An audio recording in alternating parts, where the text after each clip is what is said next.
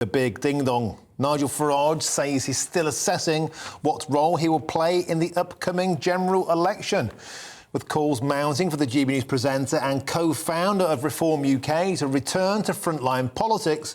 Party leader Richard Tice says he's been in discussions with Nigel Farage, calling him a master of political timing.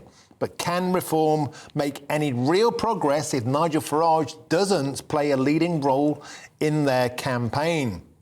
Well, joining me now to debate this is James Mathewson, Labour commentator, and Belinda De Lucy, of course, a former MEP for the Brexit Party. Welcome to the both of you. James, let's start with you. Farage, the comeback, good idea or not? It depends what part of me you ask, Martin. If you ask the strategist on behalf of the Labour Party, then it's a fantastic idea. Bring him back, get him at the front of everything, because the man's unelectable and he's never been elected to anything properly in his life. So I think that's a great idea from that perspective. Whether I think giving Nigel Farage more airtime, more platform, more opportunity to spew the bile that he spews out, I think that's a bad idea, naturally. Belinda? I don't recognise the Nigel you're talking about at all. The bile, there's no bile that he comes out with at all. He's a very respectable politician. He reflects millions of concerned voters out there.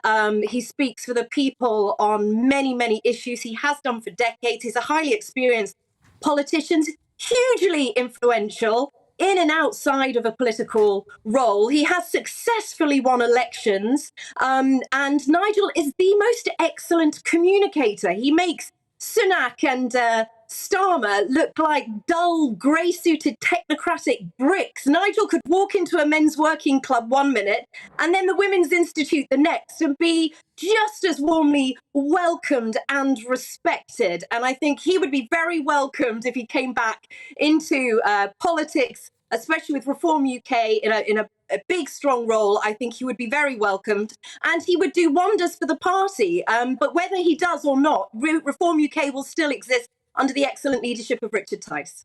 So, James, Reform causing some consternation amongst the Tory ranks, and undoubtedly, you must admit, whatever you think of Nigel, Reform plus Farage is a greater threat than Reform without Farage. It certainly is. You're absolutely right. And I'll give you one thing. I'll concede one thing. Nigel Farage is a survivor. He's absolutely a very, very efficient political operator, and he knows what he's doing. And that's exactly why we haven't seen him come out yet and pin his flag to the Reform mast, because he's waiting to weigh up the situation and see exactly which way it goes. Because Nigel Farage needs to come out on top for Nigel Farage, ultimately. He doesn't care about the party. He doesn't care about the project. If it doesn't benefit Nigel Farage personally, Nigel Farage will not put himself forward.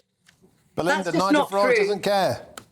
Yeah, this is just not true. We saw in 2019 when Nigel stood down the Brexit Party candidates because he exactly put country before party, before ego. He is one of the few conviction politicians out there, unlike flip-flop Keir Starmer and Rich. No one knows what those two stand for. They have no purpose. They're completely empty-headed flip-floppers. Nigel Farage, everyone knows what he stands for, and he's stuck to it for decades, and that's what a country in chaos needs. This man loves his country. He will always put the British people, or he has certainly since I've known him, first and foremost, above schmoozing on the international stage. That, you know, Labour and the Tories have submitted to the international stage above the priorities of British interests for too long. Nigel Farage, as a leader, would not do that. He would go back to basics and put the British interests first and foremost at the front of everyone's minds and politics. He's a dynamo, Nigel Farage. He is the hero this country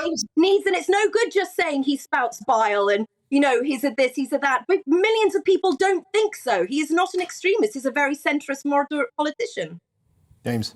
It sounds just absolutely cut and paste the Donald Trump playbook, doesn't it? Because it's that, he's not like other politicians. He's not the same. He's not that kind of technocratic politician. He's not the sensible decision maker. He doesn't want to involve the international stage. The international stage is where Britain belongs. And if you believe in a prosperous Britain and a Britain that stands up for the world and stands up for the right thing, then you believe in an international Britain. And Britain has a place and a role to play, especially with conflicts that we're seeing at the moment. We need a sensible Britain and a sensible leader who will run it, and not have an isolationist attitude. That's the Donald Trump of the world. To think that we could have, Donald Trump and Nigel Farage back at the centre of politics when people have dedicated their entire careers to trying to keep these people out of it for good reason. It's absolutely heartbreaking to any progressive-minded individual out there.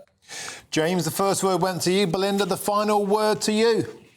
Yeah, I would say this. You can be on the international stage and play a part without costing the British taxpayer dearly, without putting British people at risk and our national security at risk by submitting to terribly outdated, harmful international treaties, which Labour and the Conservatives do. Nigel and Reform UK and Richard Tyson, the wonderful people like Ben Habib and David Bull and Alexander Phillips, they would all put British interests first as a priority above the international stage schmoozing. People are fed up with it. We want the taxpayer to come first for once, instead of being an all-you-can-eat buffet for the world to feed off.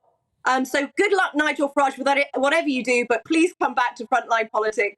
You'd be very welcome. OK, there we have it. A firm and fair debate with both sides of the story told. Thank you, James.